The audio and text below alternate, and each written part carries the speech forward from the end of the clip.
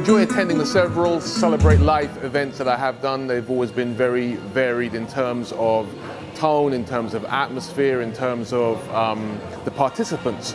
But I guess there is an underlying message of peace and an underlying message of understanding and communication, albeit throughout different forms. So whether it is performers from Somalia, from Malaysia, from Colombia, Peru, all over the world, you guys are like the United Nations almost. It's very interesting just to get an insight into different people's cultures and different people's struggles and different people's perceptions of life. I wouldn't ordinarily come into contact with performers from such a varied different countries around the world in my day-to-day life, even though I live in London. So it does give me an insight into different communities. There are certain cities around the world that have had a very, very long history of being, for want of a better phrase, multicultural. London's one of them.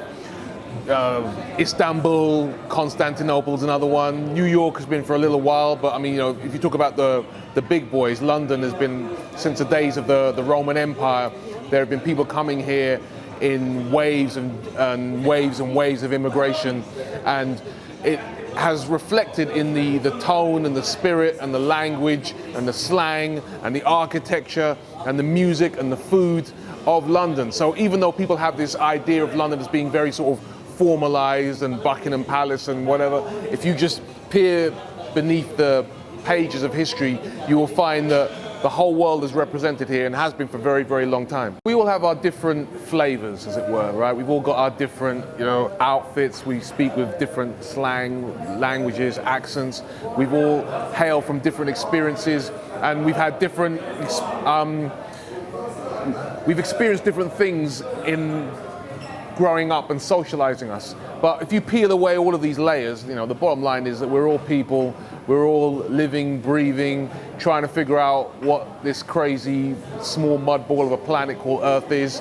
And I think that when you have events that allow people from different parts of the world to experience their food and their culture and their dress and their music, then it just allows us to see the similarities. Obviously, there'll be certain things where we're like, oh, wow, I've never seen that before, I've never heard that before, and that's educational. But then there will always be certain things where you just go, actually, that's very familiar. That reminds me of something within myself, especially when you deal with my art form, which is poetry.